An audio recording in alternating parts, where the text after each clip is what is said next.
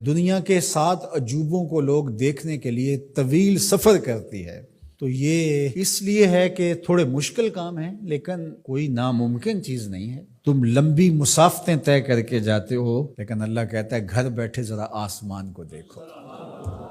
1 fit کی tile دنیا کا بڑے سے بڑا معمار بغیر کسی سپورٹ کے یا ستون کے کھڑی نہیں کر سکتا، اتنا بڑا آسمان بغیر ستونوں کے اس نے کھڑا کیا ہوا ہے۔ ذرا غور تو کرو، تدبر تو کرو، اور زمین کو دیکھو، زمین کیسے ہموار کر دی گئی۔ اللہ اکبر، دیکھنے کو تو مٹی ہے، لیکن اس مٹی کے اندر جب بیج ڈالتے ہیں تو مٹی کا رنگ کیسا ہے، اور جو بیج اگتا ہے وہ کونپل کا رنگ سبز ہوتا ہے، پھر اس کے اوپر شاخ اور شاخ کے ساتھ پتے، پھر پتوں کے ساتھ کلیاں اور کلیوں کے ساتھ پھر غنچے اور پھول، اور پھر پھل، اور پھل میں بھرا ہوا رس، رس کے اندر مٹھاس، اور اس کے اندر طبی خواص اور توانائی۔ مٹیالی زمین سے اگنے والے پودے کے رنگ میں سرخیاں کہاں سے آ گئیں؟ اس کے پتوں میں سبزی کہاں سے آ گئی؟ زمین کو سیلی ہے، لیکن اس سے نکلنے والے پودے کے اندر رس اور مٹھاس کہاں سے آ گئے؟ تم اپنی مٹی کو دیکھو اور آسمان کو دیکھو، کہیں ایک قدم بھی چل کے نہ جاؤ، تم خدا کو ماننے پہ مجبور ہو جاؤ گے۔ حضرت شیخ فرید الدین عطار کا ایک شعر مجھے یاد آیا، کیا خوبصورت بات کہی۔ سانے کزتی سلاتی می کند، کیسا کاریگر ہے، مٹی سے بادشاہ بنا دیتا ہے۔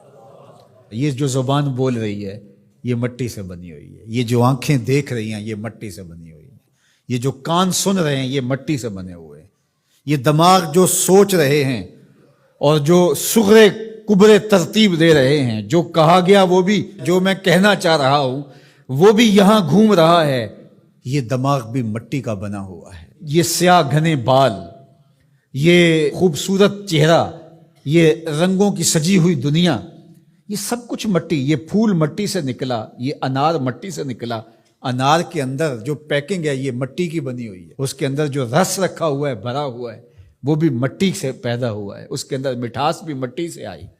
کیسا کاریگر ہے جو مٹی سے کبھی انگور بناتا ہے، کبھی کھجور بناتا ہے، کبھی اسی مٹی سے سبزیاں پیدا کرتا ہے، کبھی اسی مٹی سے پھل پیدا کرتا ہے۔ تو یہ مٹی سے اس نے کیا کچھ بنا دیا۔ اگر آپ دیکھ لیجئے یہ پوری کائنات مٹی سے بنی ہے۔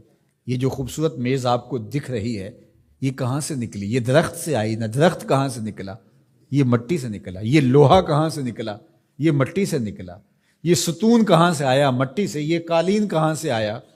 یہ جو کپاس اگتی ہے اور یہ کپڑے بنتے ہیں یہ کہاں سے آئے؟ آپ بولیں گے مٹی سے۔ اپنے عضو کو دیکھ لیجئے، یہ سب مٹی سے بنے ہیں۔